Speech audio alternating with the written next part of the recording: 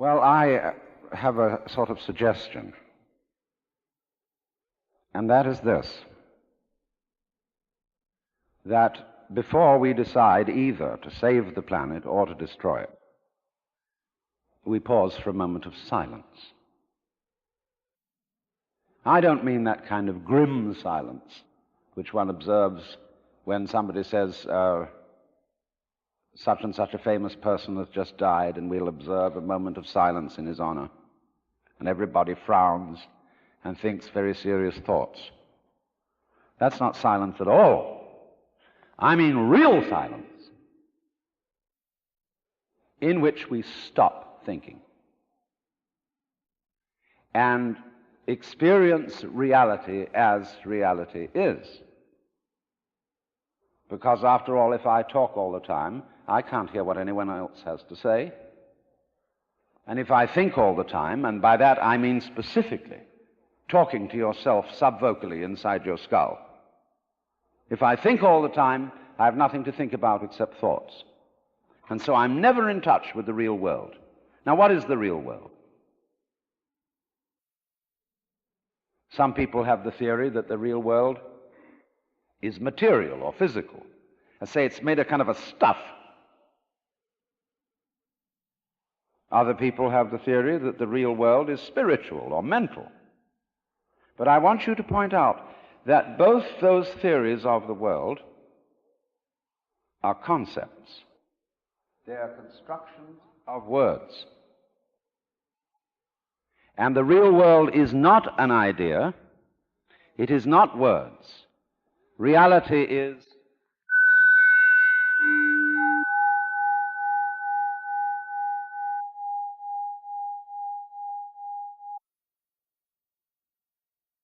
you will find, therefore, that if you get with reality, all sorts of illusions disappear. And I will mention several illusions that have not this kind of existence.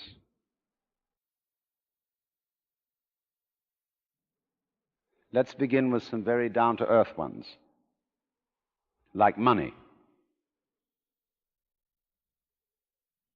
Money is a very useful method of accounting.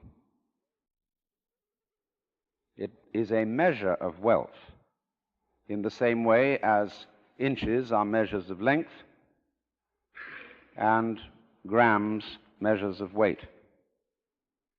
You cannot eat money. You could have a fantastic quantity of dollar bills and stock certificates on a desert island, and they would be useless to you. What you would need would be food and animals and companions.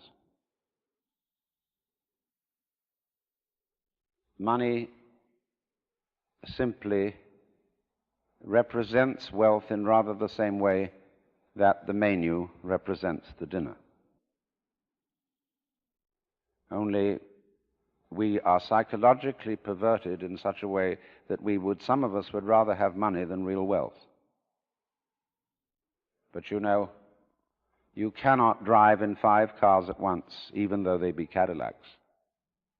You cannot live simultaneously in 6 houses or eat 12 roasts of beef at one meal. There is a limit to what one can consume. So that's one of the sort of confusions I'm talking about. Another is that we confuse ourselves as living organisms with our idea of ourselves. That is to say, with a conception of myself which is called the personality or ego.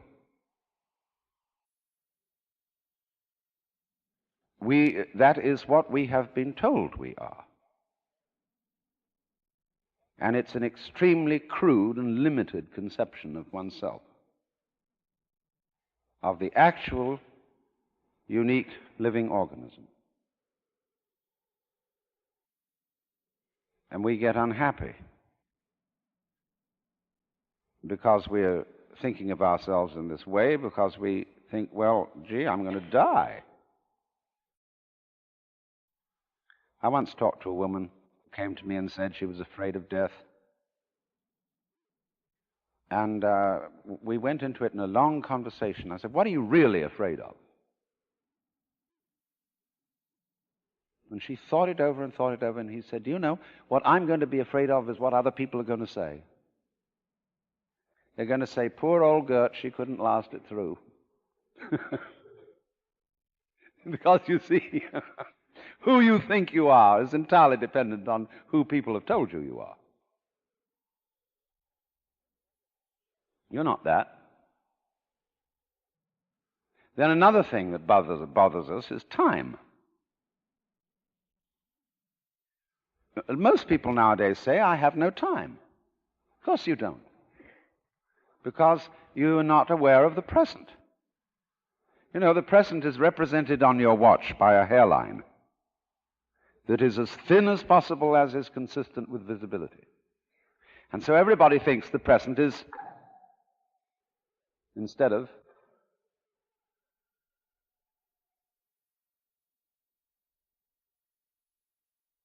now, the present is the only real time. There is no past, and there isn't a future. And there never will be. We think ordinarily of the present as an infinitesimal point at which the future changes into the past. And we also do a terrible thing. We imagine ourselves to be results of the past.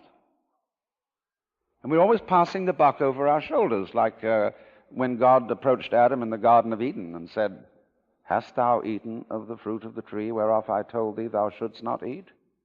And Adam said, this woman thou gavest me, she tempted me, and I did eat. And God looked at Eve and said, hast thou eaten of the fruit of the tree whereof I told thee thou shouldst not eat? And she said, the serpent beguiled me, and I did eat. And God, out of the corner of his eye, looked at the serpent. The serpent said nothing. So you see, we're always passing the buck.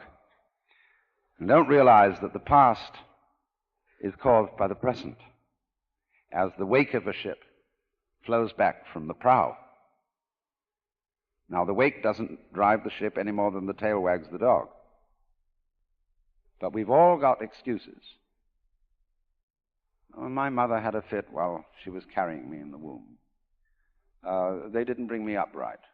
And then they go to the mother and say, how is it that you could have been so irresponsible with your children? And she says, well, it was my parents didn't bring me up right either.